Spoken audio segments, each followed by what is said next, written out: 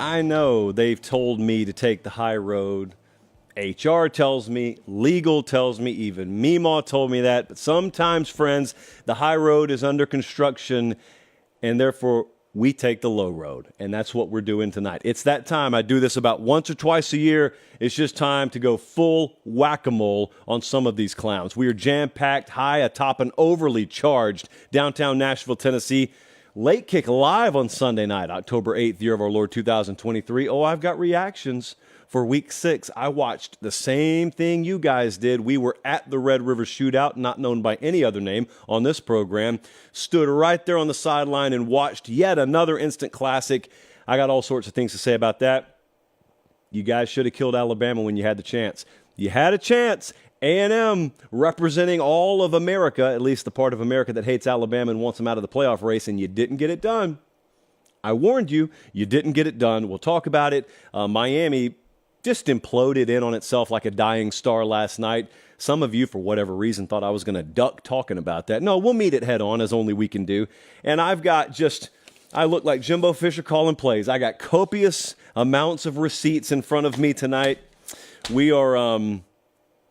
We're going after some folks because some folks deserve to be gone after. They're watching us in Sarasota, Florida, Scottsdale, Arizona, Kingsport, Tennessee, Waukita, Oklahoma. Now, if you're new to the show, I may sound vengeful, I may sound mean, and of course, anyone who knows me knows I am none of those things.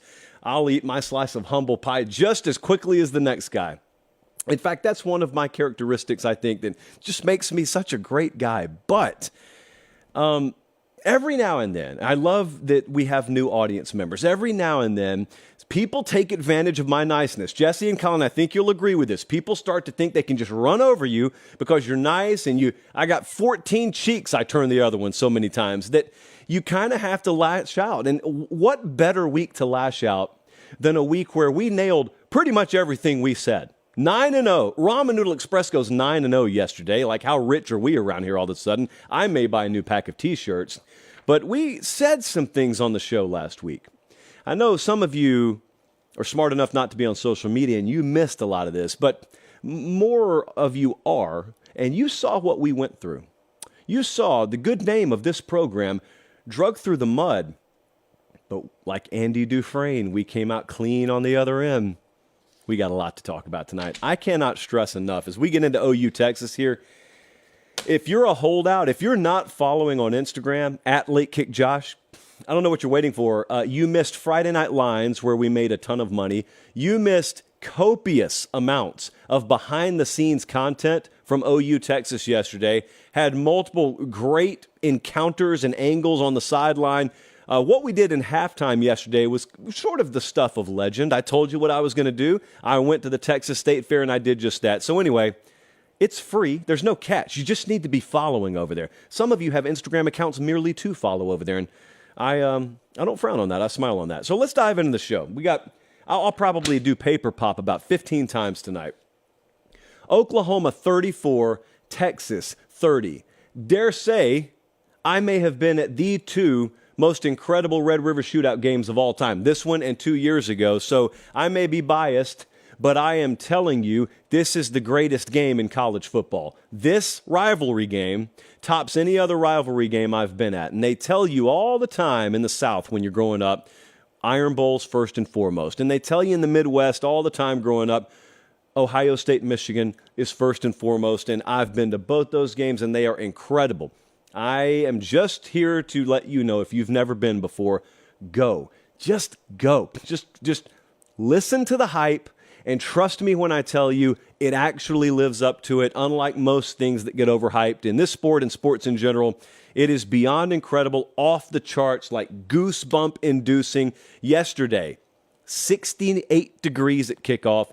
Rock solid dew point, loved it, right there in the perfect range, and blue skies, no cloud within 500 square miles of the Cotton Bowl.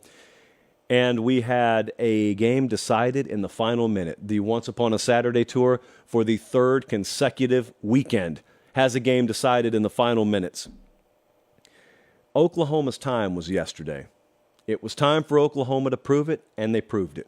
It's as simple as that. That's why we play the games on grass instead of on paper. You got Texas favored before kickoff. I picked Texas to win the game. Thought Texas would win. Wasn't very confident in it. That's why we didn't bet on it. But I had that familiar refrain in my ear. Had a lot of folks telling me Oklahoma hasn't played anybody. What you never take into account is the possibility that because that team hasn't played anyone, it just means the secret's been kept a little bit longer from public view. And then they play yesterday. And you know what a real team who just hasn't faced stiff competition yet does? They peak when they play stiff competition. Texas is a legitimate contender for the national championship. I think that today, just like I thought it going into yesterday. The difference is I now think Oklahoma is too. And they faced a legitimate team. Texas has already gone on the road and beat Bama. Oklahoma faces Texas, and what do? Over 200 on the ground. Dillon Gabriel, just a Warriors performance.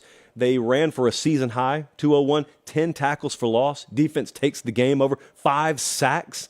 Defense probably could be crowned collective player of the game here. They were +3 in turnover margin.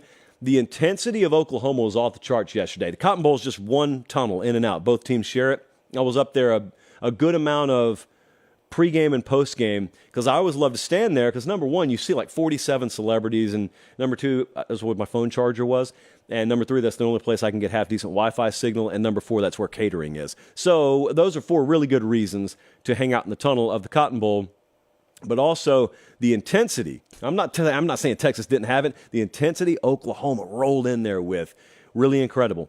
That stuff doesn't happen by accident. I'm going to talk more about that in just a second, but I mean, Brent Venables and that coaching staff, the support staff, the off-field folks there, nutrition, strength and conditioning, psychology, everything that goes into running a program, whether it be front-facing or behind the scenes, they had them revved up to the point where they were able to play at the highest level you've seen them all year, but play relatively mistake-free. Not a perfect game, but relatively mistake-free. They were far more mistake-free than Texas. They forced mistakes. But man, those players were wired. Pre-game, post-game, I probably had 20 Oklahoma players and coaches just come up to me. And none of them were like jerks about it or anything, but it was very clear they had heard what was said on the show.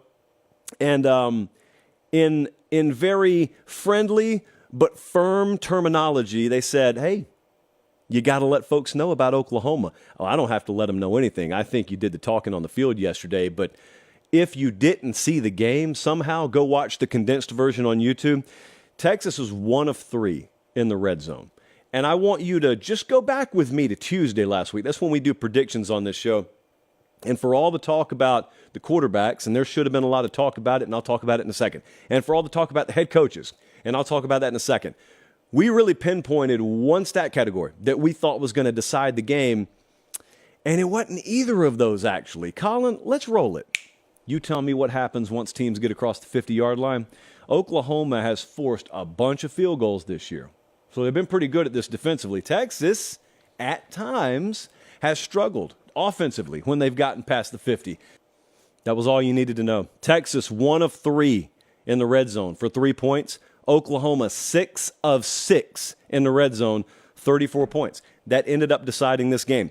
Dillon Gabriel played outside his mind. I thought he was the most important player in the game coming in. We said as much last week. Dillon Gabriel, sure enough, was the most important player on the field. You know what I did not take into account? I watched what they had done with him so far this year. And Oklahoma, you can tell they've been kind of trying to manufacture a ground game. They haven't been great. They haven't been stellar running the ball. They haven't had a true breakout running back one emerge. And so they've been running him.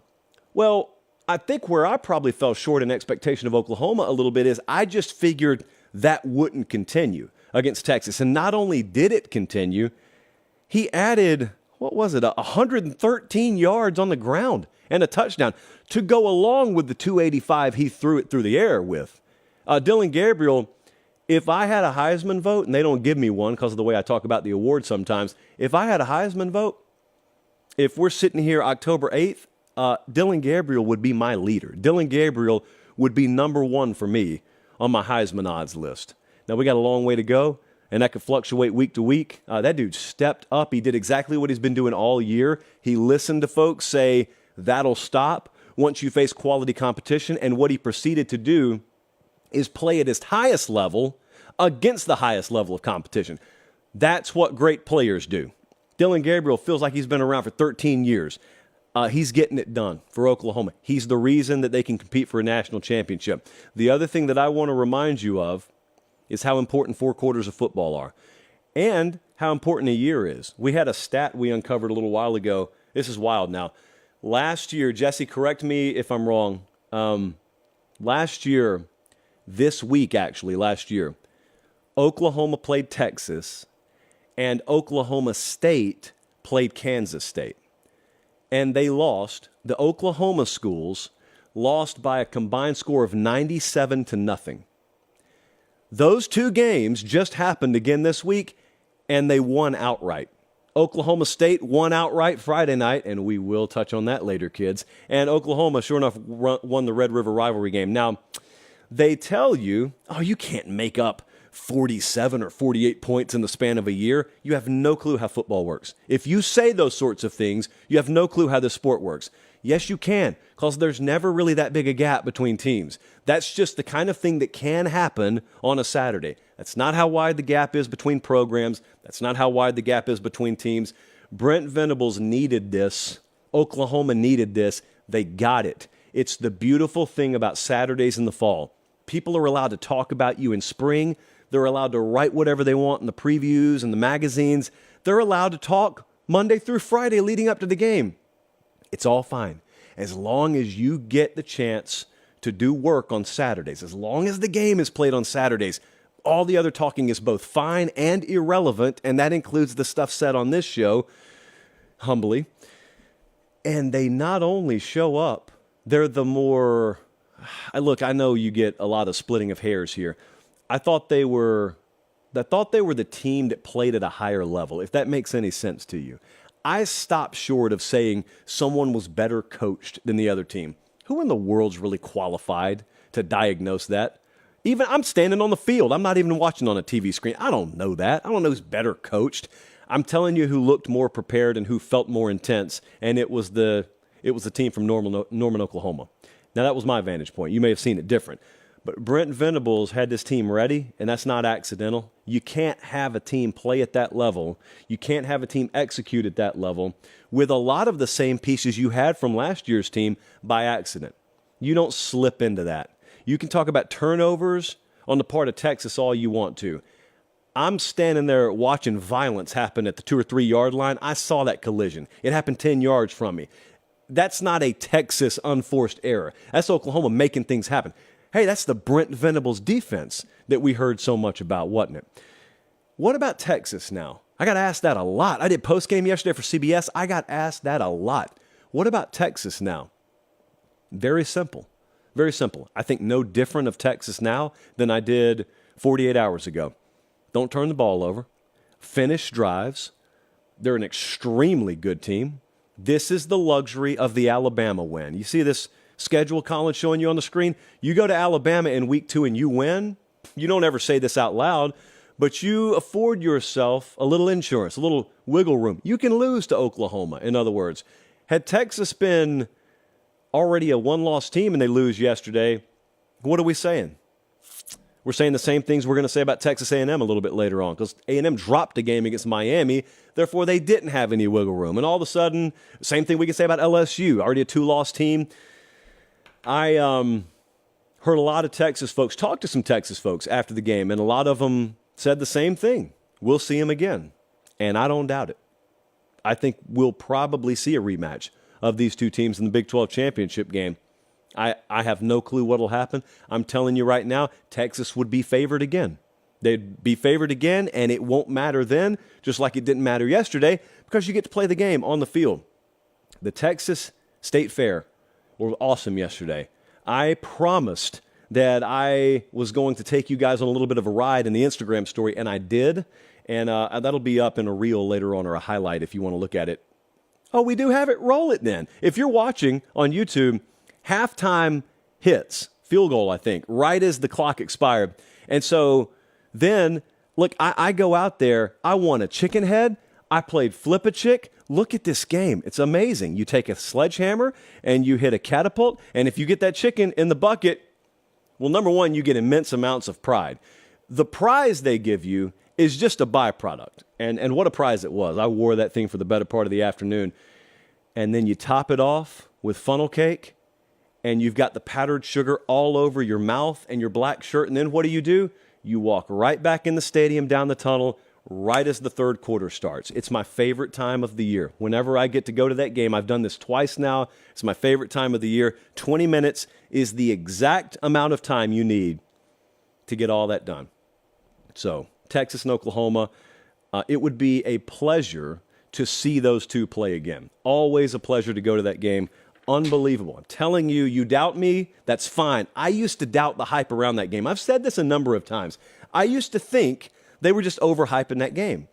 And they weren't. They weren't. There's no other setting like that in college football. The only other one that I kind of compare to it is Florida, Georgia. But that's just in an NFL stadium, which I've never been particularly fond of, which probably dampens my view of that game a little bit. You would think growing up in the state of Georgia, I would be biased that way. No, I actually think this game blows that one out of the water. Oklahoma, Texas is awesome. It's my favorite game to go to in college football. So I hope I've given you guys enough to use in the promotional video. Now that's where the Once Upon a Saturday tour was yesterday. We are on a heater, the likes of which have never been seen. I mean, how in the world could we get it tighter than we've already had it? I'm not going to say it. How can we get it tighter than a walk-off field goal at Missouri? Then we have a walk-off touchdown at Notre Dame. Then we have Dylan Gabriel back of the end zone there with, less than 10 seconds to go. That's storybook stuff. So wherever we go this Saturday is going to have a lot to live up to. And I'm ready to tell you where we're going right now. We are taking the Once Upon a Saturday tour to Seattle, Washington for Oregon versus Washington. This is a top 10 matchup by AP poll standards. This is a top 10 matchup by JP poll standards. We have not seen Oregon, nor have we seen Washington in person this year. I have never been to Husky Stadium. And I've had Cooper Pategna walk me through what this place is like about 7 times. And I am very, very much looking forward to visiting up there. The corresponding Once Upon a Saturday Tour t-shirt for this trip will be available in the Pate State store tomorrow morning, patestatematerial.com. And we just set a record yesterday. The Cotton Bowl shirt, Texas OU, was our best-selling shirt in history. So thank you guys for that. This is going to be an incredible game, or at least I think it is. The opening line, Jesse, check this. I think Washington was favored by 3. Is that right?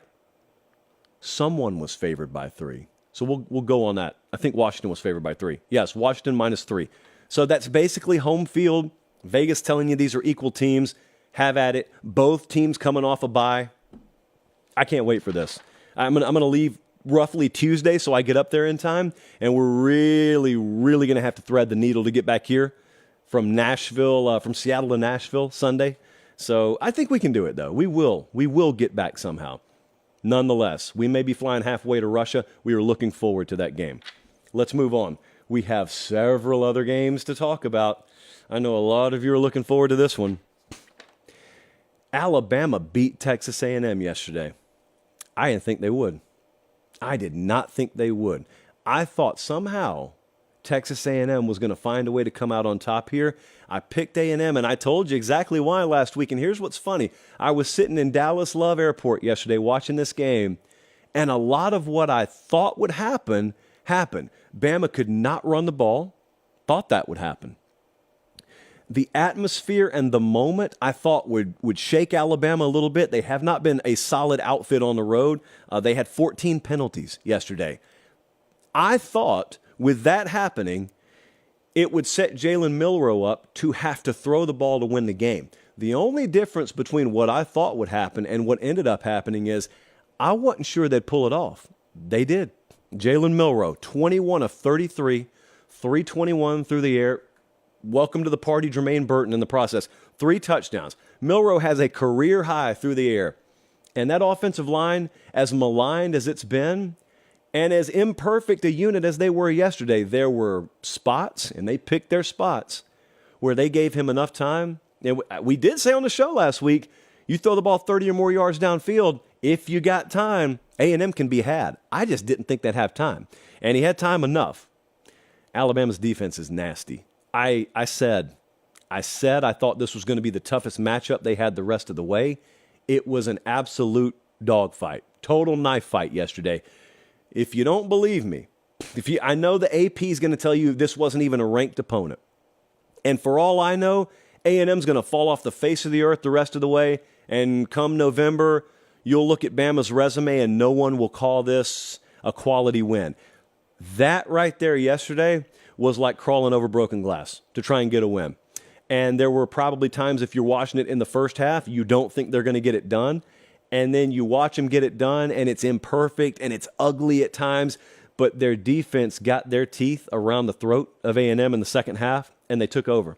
A&M had 103 total yards in the second half. I don't know how you attribute this. You have got to take every cap in your room off to Kevin Steele. Kevin Steele has been a godsend. Whatever he's done, whatever he's injected into some of the same guys Pete Golding coached last year has been phenomenal. Just forget schematics. We're not going to pull the grease board down today. Forget all that. Just look at the effort they play with. Look at the intensity Alabama plays with defensively. Dude, there are times where they got 2 or 3 guys. I think every offensive lineman for A&M gave up a sack. I want to say I saw that stat. Alabama's defense was on fire yesterday. They give up. They bust every now and then on the back end. Malachi Moore got hurt yesterday. Really interested to see what they look like maybe with him out for a couple of weeks. But guys up front like Tim Keenan, just guys from recruiting a few years back that you may or may not remember, all of a sudden they're living in the backfield. Dallas Turner's playing out of his mind right now. You know, might want to watch him when you pick the ball off behind the play. Might get you in a little trouble there, but Alabama can win games defensively. Ohio State can win games defensively right now. Clemson, if they need to, can win games defensively. It's just a funny time in the sport where the pendulum has swung back a little bit. So I'll talk more about Bama in a second.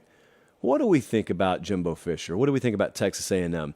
This is where you're going to have a lot of irresponsible statements made this week, I think. Some of them are going to come from College Station. Many, many more of them are going to come from outside College Station. Here's what it's really easy to do. It's really easy to say, all right, well, Jimbo choked. He horribly mismanaged the game, which he did, by the way. So I don't disagree with you there at all. Just egregious clock management. Amazing. I said in line to get on an airplane, I'm watching on my phone, and I said, "What are you doing?" The lady next to me thought I was talking to her, and I had to show her the phone. And she nodded as if to say, "Oh, you're probably talking about Jimbo Fisher, aren't you?" Like she had heard that somewhere before. Yeah, I was talking about Jimbo Fisher. Like, all that understood. I grant you all that. It's going to be really easy to say, get Jimbo out of here. No, they're going to have to fire him at the end of the year. No, they're not going to have to fire him at the end of the year. It's so easy for someone's mouth to write a $75 million buyout check they themselves don't have to cash. No, it's not just, all right, beat Bama and you're the toast of the town. Don't beat them, you're out of here. That's not the way this works. I don't know how it's going to work the rest of the way. They could lose 3 more games for all I know, and he does get fired. I am talking right here. It is 7:23 on Sunday, October 8th. It is not time to pull the plug on Jimbo Fisher. Having said that, this is where the nuance comes into the discussion. This isn't good enough. This isn't okay. You should, in year one, you should never make some of the errors that they made yesterday, because a lot of that's not on the players. Like, the players have a hard enough time going out there and executing. When you handcuff them because of the way you mismanage things, you can't have that. You can't have that. And I don't know who in the world needs to have that responsibility delegated to them on that sideline, but it's not Jimbo Fisher. So credit him for making some moves offensively. I think in terms of game management, there are probably moves that still need to be made there. But outside of that, okay, just hear me out for a second. There's one extreme where you're the best coach in the world. There's another extreme where you're garbage and you need to be fired. The reality most of the time, 99% of the time, is somewhere in between that. And I don't think it's any different here. They made some adjustments this past spring and summer.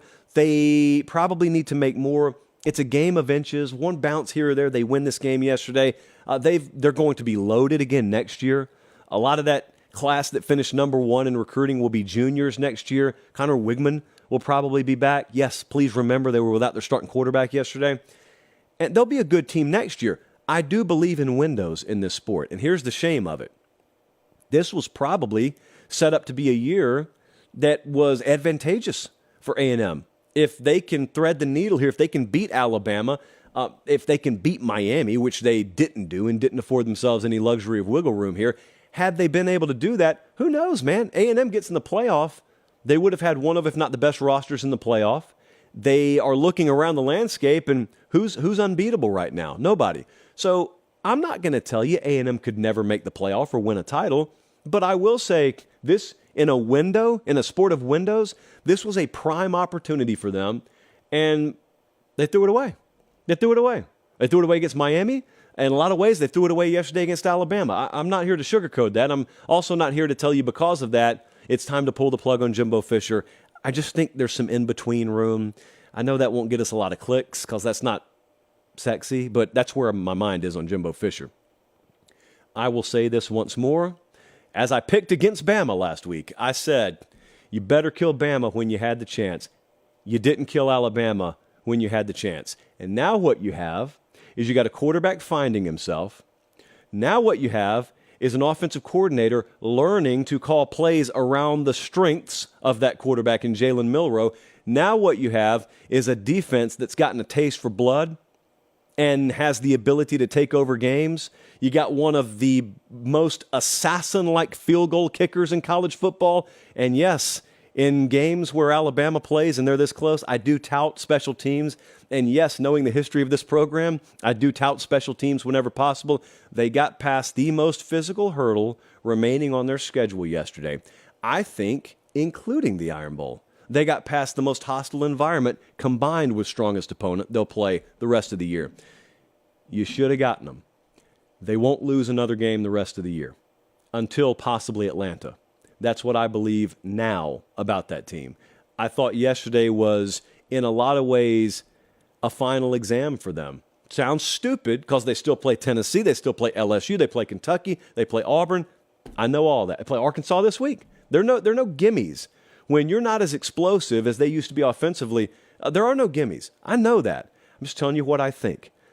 I think they just hit the crest, and now there'll be a little downhill momentum with that team.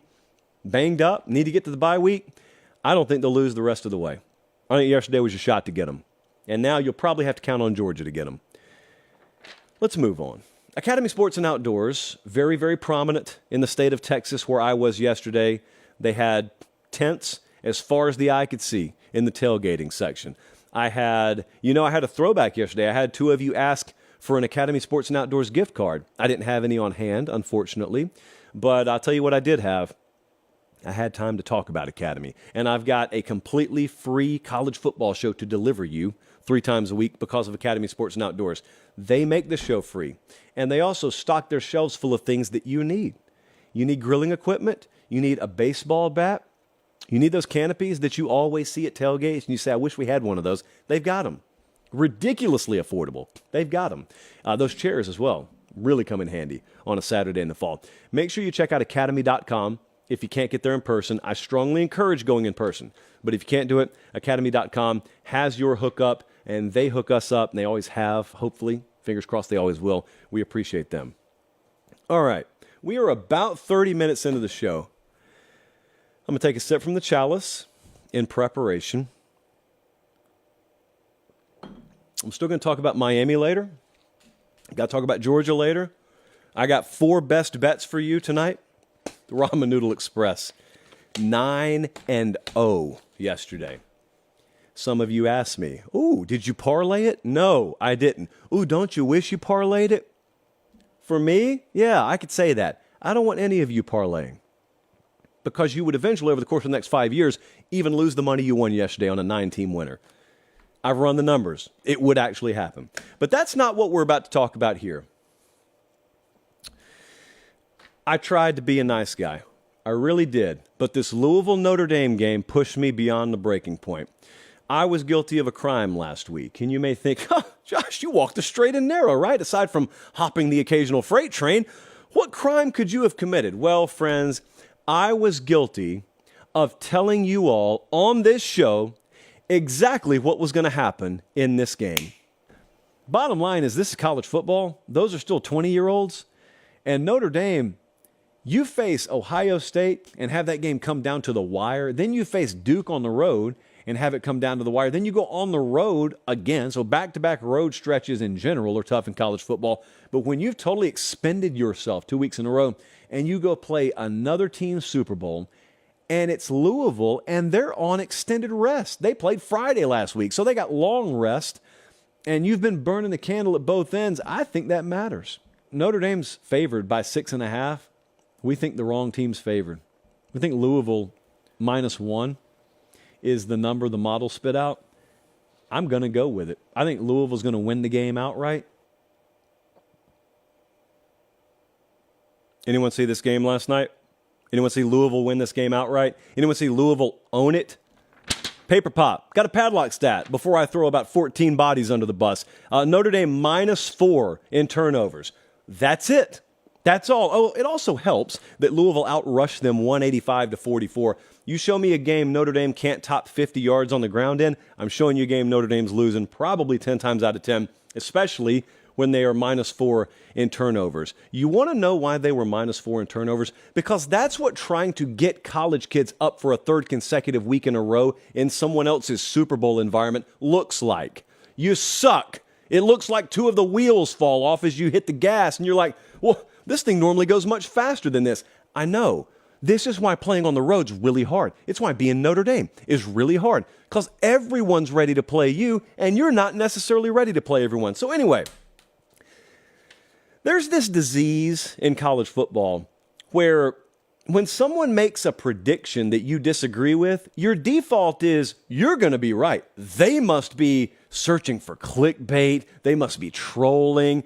Clown emojis are thrown out. People call you all sorts of names, and it happened to me last week. Our folks who run the 24/7 Sports social media accounts, they did what they should do. They did their jobs. They clipped that segment, and they clipped parts of it, and they put it out there for the world to see. And Colin, before you show anything, I want to remind you, I talked about this Thursday. I started going through some of this Thursday. There were folks who, in typical fashion, the haters normally are the last ones to actually listen to what you say. They started accusing us of saying things we didn't say. They accused us of saying Notre Dame knows nothing about Jack Plummer, quarterback for Louisville, even though they had played him twice. Well, I never said anything like that. You heard what you wanted to hear in lieu of what I actually said. But that was tame in comparison to what I ended up dealing with. So I go through all the trouble, and I do this for all of us. I go through all the trouble of going to Dallas, Texas yesterday, accumulating this massive sunburn on my forehead, and then I hop a plane, I come home, order some food last night, good to go, settle in to watch Arizona push USC to the very brink of survival, and I pick up the eye, Josh, and I say, wait a second. Didn't some folks have some less than nice replies to that video that 24/7 Sports posted on social? Oh, yes, they did, friends. Yes, they did. And I am normally not one to keep receipts, but Deion Sanders has got me singing a little bit different tune as of late. I enjoy keeping receipts now. Colin, let's take a look at what I had to deal with last night. We have Notre Dame Adam here, for example. He said, and this is multiple days before the game happens, he said 24/7 has just gone the way of having analysts say weird things to get interactions and attention on social media. It's sad what has happened to what used to be a really great recruiting source. Mind you, what ended up happening in the video he's criticizing is pretty much prophecy. I pretty much spoiler alerted the game for you. Adam said, no, it's just attention on social media. Twitter clicks, that's all we're searching for. Adam, clown. Next. These folks were smart. Everybody who talks trash like this pregame and ghosts you postgame is a beta of the umpteenth degree. But if you're going to be a beta, just go full beta. Delete your original tweet. As you can see, I came in last night and I replied to some of these folks, and they thought better of it. They didn't want to do what I have to do, for example. If I'm wrong, I got to show up Sunday night regardless. These folks just tucked tail and ran away. I don't even remember who it was. So you are a loser. Both of you are losers. But at least you were soft enough to be smart enough to delete the trash that you talked where you can't be called out publicly. Not everyone was that smart. Colin, what else do we have in the grab bag there? Oh, we have this. Quote, "Tell me you don't do your research without telling me you don't do your research. This is not even a new bit. Poke a massive fan base for views and engagement. Do better." 33-20 was the final score. How much better could I do than telling you, as a touchdown favorite, the wrong team is favored in the game, and then being right about it? And not only were we right about it, humbly, again, always humbly on the show, not only were we right, dude, you were having to score garbage time touchdowns to even pull to within 2 scores. So how much better could we do, Jesse? How much better could we do, Colin? By the way, I don't even think we're done. Do we have another one? One dude kept it short and sweet. He just called me a dumbass. Earmuffs, kids. And you know how satisfying it is to have one grown man call you a name on the internet, knowing full well he'll never see you in person, and then to come in multiple days later when the very thing he made fun of you about goes against him and just say, hey, you know how satisfying that is? It's extremely satisfying. It's like having a sneeze stuck for about 45 seconds and you're looking at the lights to try and get it out, and then all of a sudden, achoo. That's what it's like. That times 100, that's what it's like. Tyler came in as I bravely put my name on the line and said the wrong team's favored here. Louisville's going to win this game outright. Tyler comes in and says, the model is broken, Josh. And he proceeded to use the most overplayed word in 2023 and beyond. He said, yikes. That model went 9-0 yesterday, Tyler. How'd you do? That was a poverty tweet. I don't know what condition you live in, but you follow that model, you could better yourself. So I wasn't mad. I just waited. As Meemaw used to always teach me, losers talk during the week. Winners talk on Saturday. We did our talking on Saturday and obviously a little bit on Sunday. So I had another kid that came at me today in my DMs. And he dropped some F-bombs on me, and he called me some names, and I did what any mature adult would do. I screenshot it, or screenshot, which is the past tense of screenshot. I screenshot it, and I posted it publicly for the world to see. Now, to his credit, he came immediately back, and he apologized, and I gave him the triple handshake emoji and said all is well, and called off the dogs. I just think some of these folks have to be called out. The internet has created a culture where you just get to say whatever you want to. And I like to use this platform for good 99% of the time. But it was time. It was time to body some of you tonight. And let this be a lesson to the rest of you. I never care if you want to disagree with me. I welcome it. It's fun. It's just college football. But try and have some logic behind what you say. Have some substance. Don't just listen to someone say something you disagree with and say, that's a clown take. No, they may be right. What if, in the process of calling someone a clown, you had the face paint on yourself the whole time? Yes, it happened yesterday. Also, producer Jesse walks in today, and apparently there is a growing potential conundrum in the ACC that's been made pretty apparent after Louisville won this game, and it is that Louisville's undefeated, still. North Carolina's undefeated, still. Florida State's undefeated, still. They don't play each other. So cue the Jeopardy music in the background. What happens, albeit on the small but possible chance, that all three of them finish undefeated?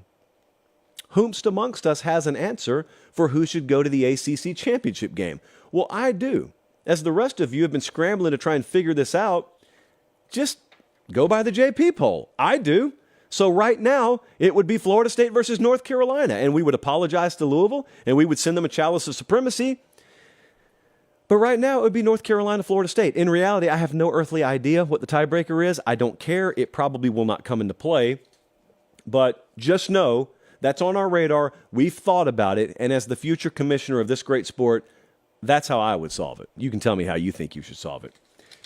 I think I went soft in the paint tonight next time this happens, and it will probably happen pretty soon, I think I'll up the demonstrative level a little bit.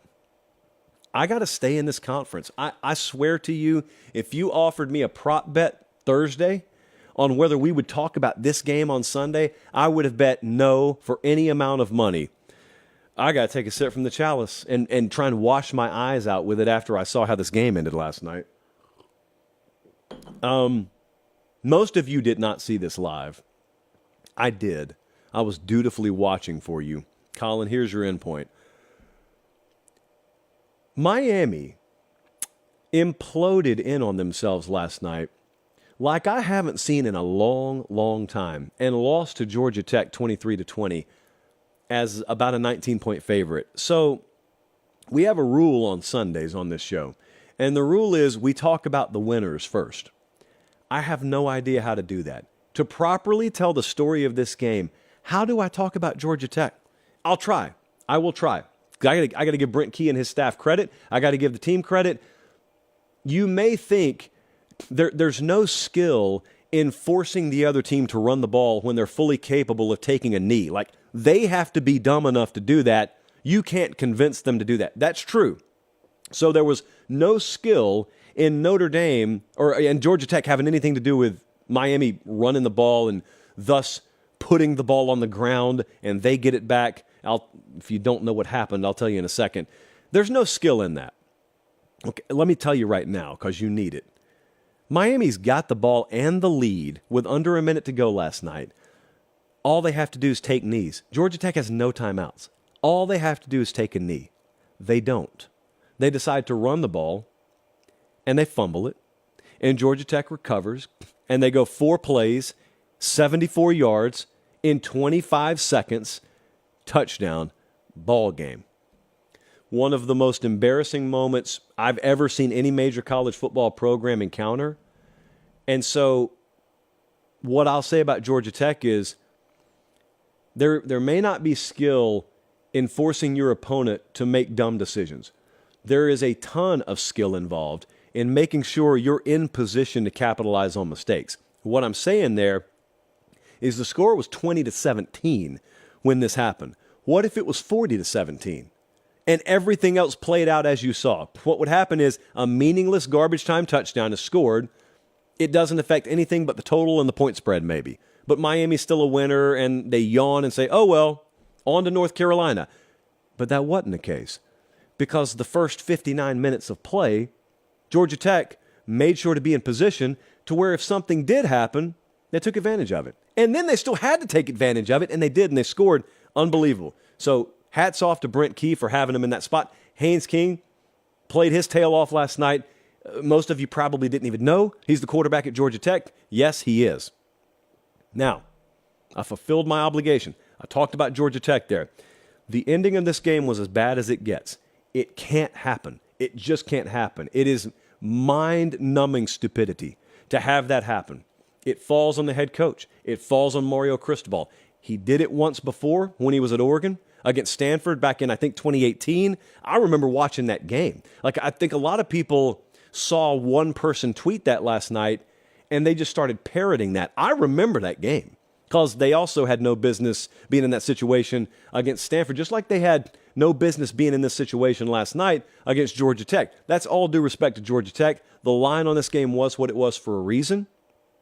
Miami was coming out of the bye week. Now, anyone who knows Miami football knows the bye week has not exactly been as kind to that program as it is to most programs, because most people who know Miami football know what can happen if a team located in South Florida knows they have a weekend off. And so I don't know what in the world led to a very, very subpar performance out of the bye week.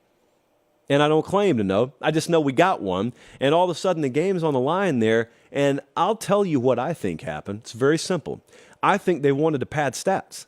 I think they wanted to add another touchdown onto the board. It's as simple as that. And if I were playing a video game, I'd do the same thing. Because video games don't carry real-world consequences. So why not? Let Don Chaney Jr. run it one more time. The risk is so low. And while the reward's not sky high, man, we tack on another score. We win by double digits. This looks much better a month down the road. People won't remember the context. because you never think about what could happen. Well, normal people don't. Head coaches should. Offensive coordinators should. And they didn't last night, and they paid the most ultimate price you can pay. You lost a football game that you had won. There's nothing Georgia Tech can do. You take knees, there's no defense that's drawn up to defend victory formation. And you opted against it, and this is what happened. I had a lot of folks come at me today and say, I bet you'll shy away from this tonight. No, I won't. It was a terrible decision. Horrific decision making. Now, the follow-ups are what I disagreed with. I had 3 different folks with opinions I respect, mind you. 2 of them in this industry. DM me or text me and say, you got to fire Cristobal after this, don't you? No. What are you talking about? No, you don't. Let me take you back to 10th grade. Quick story. Because we are believers on this show that smart people can do dumb things. Dumb people rarely do smart things. So I got an academic scholarship out of high school. I don't want to brag because most of the kids in Georgia did during that era. It's called the Hope Scholarship. But your boy did get one. So I was on an academic full ride. And yet, once upon a time, I took a mechanical pencil. I took the eraser off of it. I poured the lead out. I took one of those pieces of lead. And you know what I did with it? I stuck it in a light socket because I wanted to know if the cartoons were real. When those cartoon characters get electrocuted, is that what happens? I can confirm for you tonight, electricity is real. I got electrocuted. Right there in science class, right there in Miss Bell's 7th grade science class. I don't think she saw it. Being electrocuted, by the way, is not what it's made out to be on TV. It is not fun. There is no yellow, like haze that pops up around your body. There's no little orb. There's no sound. It's just really wild, and it shakes your entire body, and it hurts, and you don't know what's happening until after it's already happened. Crazy. So anyway, I did that, and look how fine I turned out. Yes, I'm absolutely equating me electrocuting myself in 10th grade lab to Mario Cristobal making the most egregious decision you've probably seen in the history of head coaching. How could you even separate the two, is my point. Anyway, all seriousness, here's what I look at. I look at things, if you're going to talk about someone's job security, I always look at things from 50,000 feet. Now, this screw up was so bad, I could even see it from way up there. But what I also see is way more talent on campus than there was before he got there. Program's still moving in the right direction, and the direction it wasn't moving before he got there. Investment is where it needs to be. Infrastructure's being upgraded. People have bought in. Like, all the energy around the program is what I need. Yesterday was what it was. It's a terrible loss, and it's one you literally handed your opponent. But what do we want to say? I want you to look me in the eye, and I want you to say, and this is what I told the 3 people that texted me earlier today. I want you to look me in the eye and honestly tell me you would watch that team go into yesterday 4-0, where you wouldn't have the slightest thought about firing him. And because he made that decision at the end of a football game, I want you to look me in the eye and tell me I'd fire him just because of that. It's not scandal. He didn't bring lawsuits on the university. It's nothing like that. It's just he made a really, really bad coaching decision. I really want you to tell me you'd fire him. None of the 3 said that. They backtracked over their own statement because anyone who would do that would themselves be out of a job shortly thereafter. You cannot pull triggers like that. You just don't. It's a non-issue to me. It's a non-starter, not a non-issue. It's a non-starter as far as that's concerned. But then I wanted to know what Miami folks thought about it, and they were irate, which they should be. It was terrible. I saw a lot of you saying, mark my words, this team is done. This team will go into the tank. This team is not done at all. This team has the biggest test of their season coming up Saturday. That's what they have. I immediately, when I saw this, thought to myself, I bet they'll play with their hair on fire this Saturday against North Carolina. That was my initial thought. A lot of Miami folks disagree with that. A lot of Miami folks think they'll be totally in the bag and North Carolina will shred them. Well, if you believe that, Vegas hung UNC minus 3.5 out there for you, and that's in Chapel Hill. So if you want it, it's there for the taking. No, you show me them getting blown out Saturday, then I'll agree with you. Yesterday, all yesterday did was provide something that will be on blunder reels until the end of time. provide a very bad loss on your resume, remove a lot of margin for error, and make Saturday a wounded animal mode spot for you. That's all it did. That's all it did. That's the long and short of it. So, I mean, you can be very harsh and very critical while also not calling for someone's job and not writing off an entire season. I've found that that's usually the way to go. Let's continue. Did I bring? Yeah. Sorry. Very unprofessional.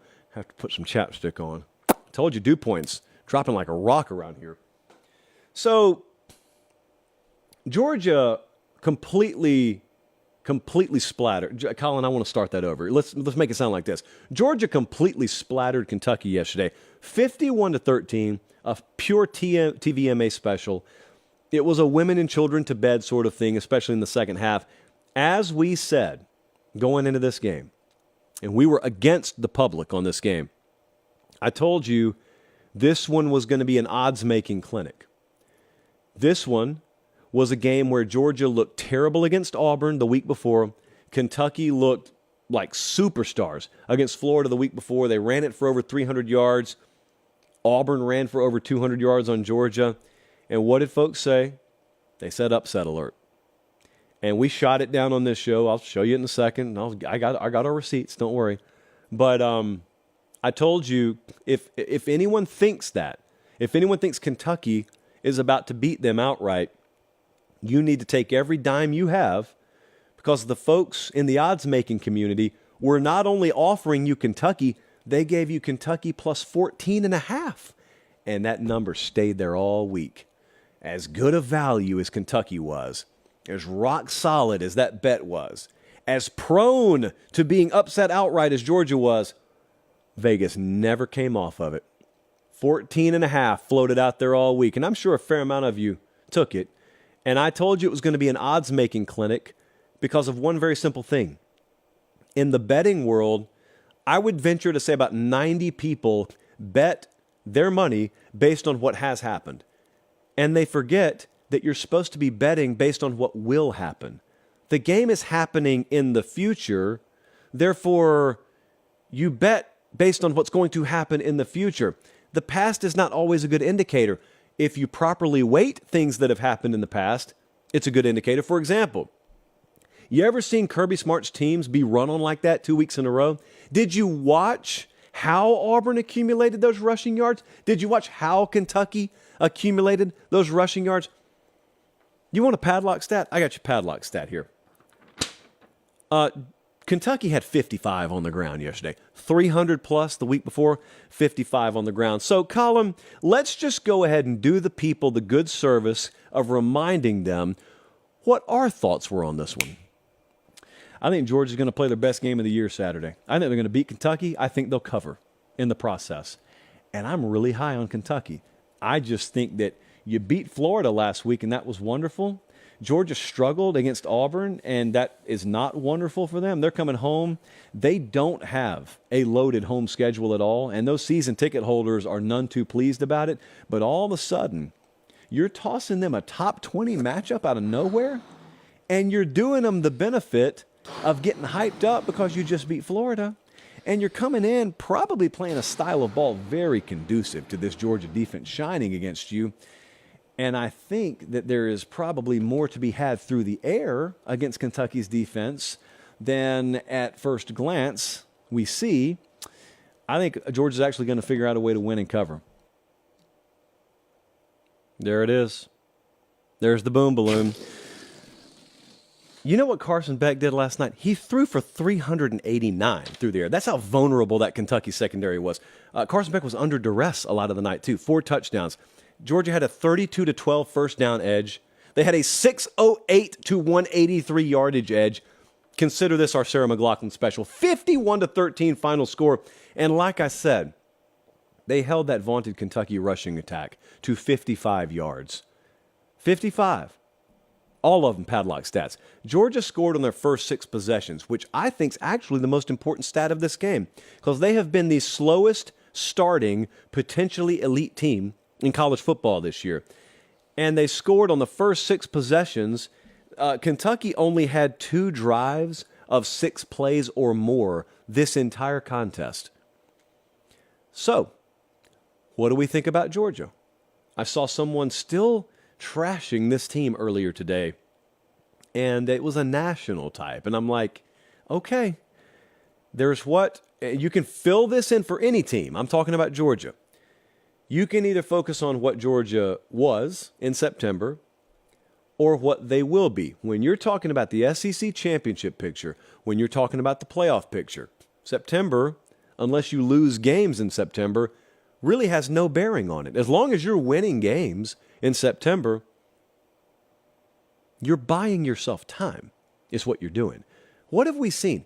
Since the beginning of time, since you started watching this sport, what do all the teams that are there at the end have in common? They start to improve as the year goes on. That team was not, against South Carolina, what they will be by the time they play Tennessee or Georgia Tech or maybe go to the SEC championship game. And so you start to see Carson Beck play the game of his year. You see that run defense play the game of their year. They've been banged up all year, so they'll get guys back. I'll tell you what you witnessed yesterday. You witnessed the start of the scaling process, and I don't know how much better they're going to get. Maybe they won't be as good as they were the last 2 years. I happen to think they'll fall a little bit short of that. But I also think when you win a national championship game by 58 points, you can afford to be just a tad bit off from last year's pace and still be a contender. So, what do we think about Georgia? Where will the JP poll have Georgia this week? Time will tell. Got several more games to talk about here. I got 4 best bets. So let's roll through these right quick. Did you stay up and watch Southern Cal last night? We had Arizona plus 21.5, and we almost didn't even need the points. This went to triple overtime. College football's overtime rules are a disgrace. Just an outright disgrace. Day one, when I'm college football commissioner, we were going to a new overtime format. It's like they put children in charge of it. It's like they told the kids, hey kids, make it whatever format you want. Football games never go to overtime. They do. They do. And then we get like alternating 2-point tries after you've seen 2 teams battle for over an hour. USC, how should I put this? USC plays like a team that looked at their schedule in August. I don't know if we have USC's schedule, but you probably know it by heart. It's very backloaded. So we all looked at it and said, San Jose, Nevada, Stanford, bye week, Arizona State, Colorado, Arizona. Oh man, USC will roll in all those games. Well, they should. Problem is, that's how they play. They've played like they're going to roll or expect to roll, and all of a sudden, you can't pull away from Arizona State. Colorado ends up within 1 possession of you. Arizona takes you to triple overtime. Well, now you've run out of time. Now you got Notre Dame on the road, then you got Utah, and then Washington, Oregon, and UCLA back to back to back to end the season. So, if you've been sleepwalking, if you've just been tuning things up, show me. I don't think that's the case. I think there's a ceiling on this team again this year for the same reasons that there's always been a permanently placed ceiling on Lincoln Riley teams. They can't play good enough defense. I don't know what else to tell you. Who can argue with that at this point? So, unless you can show me that that's about to improve a lot, I don't know what to make of it.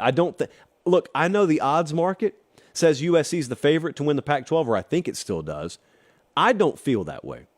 I'd favor Washington over them. I'd favor Oregon over them. I think there are a number of teams out there that could get USC. Now, there is also the small matter of having Caleb Williams. And while he didn't play his best game last night, I know what he is in big games. I am factoring that in when I tell you that. But I know Penix can play at a pretty high level as well. I know Nix can play at a pretty high level as well. They can also play some defense over there. USC cannot do that right now. Next up, well. You are what your record says you are, right? No, you're not. Not in this sport, you're not. The reason I know that is because Missouri came into yesterday undefeated. LSU came in as a 2-loss team, reeling, having to go back on the road for a second straight week, and they were favored, and the model picked them anyway, and LSU with what we call a model flex. They won 49-39. They won the second half 32-14, which is admirable because when you go through what they went through last week and then you're down in the first half, you could fold. That's what you could do. That's why I'm not so quick to write Miami off after what happened yesterday. Just keep playing. That's all there is to do. Just keep playing. You got enough talent. Yeah, you should beat Missouri. That's what you should. I don't care what the record is. You should beat Missouri. And you did. They've only got one SEC loss. This is a very, very flawed team. But I want to keep reminding you, everyone's written LSU off, and I'm not quite sure it's time to do that because they've lost one SEC game. They're playing Auburn this week. Then they got an out-of-conference, then a bye, then they go to Bama. And maybe they'll go to Bama and lose. And at that point, okay, I'll write them off then. But they have not dug a hole so deep they cannot pull themselves out of it yet. So a classic to be continued in Baton Rouge right now. Hey, let's roll to another game that I would love to talk to you about. It happened on Friday night. I was in a hotel room in downtown Dallas, Texas, and I was watching what? Kansas State roll over Oklahoma State? No, that was last year. Last year, I took myself to Manhattan, Kansas, and watched a real-life body bag special. Oklahoma State got shut out. I think it was 48 or 49 to nothing. And 1 year later, they play again. And what did we do? Not only did we talk about it on the Thursday show, but we picked the underdog. Colin, do we? I think we have some footage. Let's roll it. I have to just have blind faith sometimes when you're trying to see around the corner in college football and think about where an upset may be coming. You just have to have blind faith that eventually breaks are going to randomly go some team's way. Oklahoma State was plus 3 turnovers. How did it happen? It's how college football works. They're not just going to suck all year. They may not play in the Big 12 championship game. Maybe it won't happen. They weren't just going to suck all year. They weren't just going to have the big breaks always go against them all year. It always happens this way. Always happens this way. And so we take them, and we take the generous 11.5 points Vegas gave us. They just went ahead and won outright. It's Mike Gundy, man. It's a Friday night. It's Stillwater. Hoomst overlooks a Friday night in Stillwater. Colin, do you have Oklahoma State's schedule handy? Because I need to remind you what we talked about in August. Now, this is still a long way to go. Okay, no schedule. I got it memorized. That's a lie. I've got it on this paper in front of me. They play Kansas. They play West Virginia. They play Cincinnati. They do play Oklahoma at home. They got UCF. They got Houston. They got Brigham Young. None of these games are, I don't know, man. That Oklahoma game is going to be tough. But it's college football. Anything can happen. Alan Bowman, I don't know what's happened to him the last 2 weeks. Playing pretty well. Played really complimentary. I'll tell you what they don't lack for. They don't lack for intensity. They may not always be in the right place. They don't lack for intensity. So they certainly haven't mailed it in by any stretch. So Oklahoma State just lives to fight another day. Ohio State does too. Took down Maryland. Ohio State, you want to talk Colorado? Let's talk Colorado. Keep it up, Colin. Or actually, you choose which one you want me to go with. Okay, we'll go Ohio State. Ohio State beat Maryland 37-17. Tale of two halves. I know a lot of you didn't watch this game. Ohio State is like Georgia. Ohio State is a team that will crawl through a first half, and then all of a sudden they turn it on the second half. Now, Georgia finally played a complete game yesterday. Ohio State really hasn't done that yet, but here's the thing. It doesn't mean they can't. It just means they haven't yet. It may be that this Ohio State team takes 7 weeks before they really hit that second gear. Maybe they never do. I'm banking on the fact that they will, or the possibility that they will. The second half shows you what they're capable of, is the point. It's a glimpse. If they've never done it, that's a whole nother thing. They've done it. In fact, they've done it a couple of times this year, and they just did it again yesterday. Second half, they outscored Maryland 27-7. Second half, 240 to 121 yardage advantage. And now look at what they have coming up. They go to Purdue this week, and then they got Penn State at home, and then they go at Wisconsin the next week. Conference play, baby. Next up, some of you were talking about this game yesterday just for what happened post-game. Colorado beat Arizona State 27-24, which is not insignificant. It snaps an 8-game Pac-12 losing streak for Colorado. So good for Dion and company on that front. I know a lot of you saw Shedeur Sanders after the game, and they go beat a woeful Arizona State team, and then he runs up to the Arizona State student section, pointing to the watch. I didn't think much of it. I also cannot tell you I watched this game, so I don't know if something was said to him. I don't know. I don't know anything. Therefore, beyond just telling you, didn't really love it, I'm not going to say much else. But I've noticed something that's happened. I expected this. After the initial wave of casual hype wore off, there's the scene I'm talking about there. After the initial casual wave has subsided, it feels like we're talking a lot more just about football with Colorado. And this team already went over its preseason over-under win total yesterday, by the way. So they're 4-2 right now, which is more than a lot of people expected. They got Stanford this week. I'd pick them to go 5-2. And then they got their bye. It's tough. Back half, they got UCLA, Oregon State, Zona, Washington State, Utah.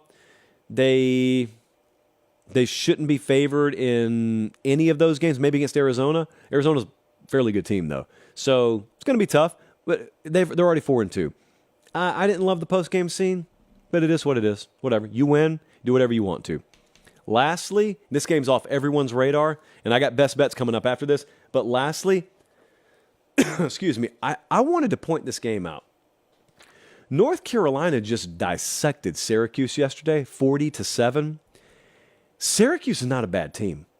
I know they're not top 20 or anything like that, but we've had them inside our top 40, and I had my eyes on this game because it's a look-ahead spot. They got Miami this coming week, and they had Syracuse come in there. It's a game that should potentially be sleepy, and it's an overlook spot, and Syracuse hangs in there and makes it ugly. And North Carolina, 644 to 221 yardage edge, 33 to 11 first down edge. North Carolina ran 97 plays to Syracuse's 51. Just demolished Syracuse. And here's why that's noteworthy. You hardly ever get credit in this game for beating the teams you're supposed to beat. Even though we have upsets every week, which shows you it's not as easy as it looks, people don't give out enough credit for just handling your business in very dominant fashion. I'm telling you, this caught my eye. Out of all the games that could catch your eye, you look at Syracuse and say, oh, who cares? It's Syracuse. I care. I care because that's a better team than they get credit for, and North Carolina ripped them to pieces yesterday. Now they got Miami coming in. Let's just pay attention to old North Carolina up there. Look, I don't know what size TV you're watching the show on. I don't know how new your phone is you're watching the show on, but if you followed the Ramen Noodle Express yesterday, you can afford bigger and better. We went 9-0. And look, we didn't even bet the Georgia game. That would have been 10-0. We didn't even bet the LSU game. That would have been 11-0. Whew. So yesterday, a 9-0 day. It was the best day we've ever had. The model was on fire. Absolutely on fire yesterday. The games that were 59% cover probability or higher, I think went 14-0. So I ran the numbers. It does not get better than 100%. This is not one of those places where you can score 105%, which makes no sense. So if you're not watching Friday Night Lines on Instagram, you missed 3 more winners. At Late Kick Josh, like you guys keep coming at me on Sunday and saying, oh, you went 6-0. We went 9-0. You just missed 3 of them because you didn't watch Friday Night Lines. It's free. You don't have to subscribe to anything. Follow me on Instagram, at Late Kick Josh. Okay, here we go. 4 best bets for this week. These are the first 4 games. It's a loaded schedule this week, and we got a ton of value on the board. We'll probably bet double-digit games this week. Let me warn you of 2 things. Do not parlay these things. I don't care if we went perfect yesterday. Do not be parlaying these games. And secondly, do not bet any more this week than you normally would. Know and have proper money management and immunity to all this. Define your unit size and stick with that unit size. And if you don't know what I'm talking about, you don't need to be betting anyway. Charlotte plus 4.5 is our first best bet of the week. Duke minus 3. is a best bet. How about this? After we picked against them, after some of you thought I hated on them, I don't hate Notre Dame at all. I love them this week. They're playing Southern Cal. We're laying the 2 points. Yeah, Notre Dame's favored over USC. Hello, alarm bells. Notre Dame -2, Wake Forest -1 on the road at Virginia Tech. Those are the 4 that we're on right now. As I said, we'll add more throughout the week. You got to make sure you're following on the socials, at Late Kick Josh. Charlotte, Duke, Notre Dame, Wake Forest. I had a little realization last night. We've had a really good stretch here, really good stretch. It is never lost on me that we get to have this show be about what it's about. Here's this show. Here's Late Kick. Here's what it is. This is all we do. Late Kick is talking about college football year-round, and we filter out a lot of the garbage that you don't like and I don't like that the other networks talk about, and we just kind of keep it real around here. It's, you know, kind of like hanging out with your buddies at lunch, pound some barbecue, throw down some sweet tea, just talk about what we talk about. And then we circle one game per week, and we build up to it, and we get to handpick where we go, and we go there on Saturday, and I give you some great behind-the-scenes footage and access, and then we come back Sunday, and we talk about it, and then we rinse, repeat, and it's pretty much a dream job. In fact, it's not pretty much. It is a dream job. And what I was trying to tell you is I was flying back yesterday from Dallas, and I was just thinking about that. I was thinking about how many folks who watch the show or listen to this show probably are in jobs you hate right now. I've worked them. I've done it. I didn't come out of college and do this for a living, I promise.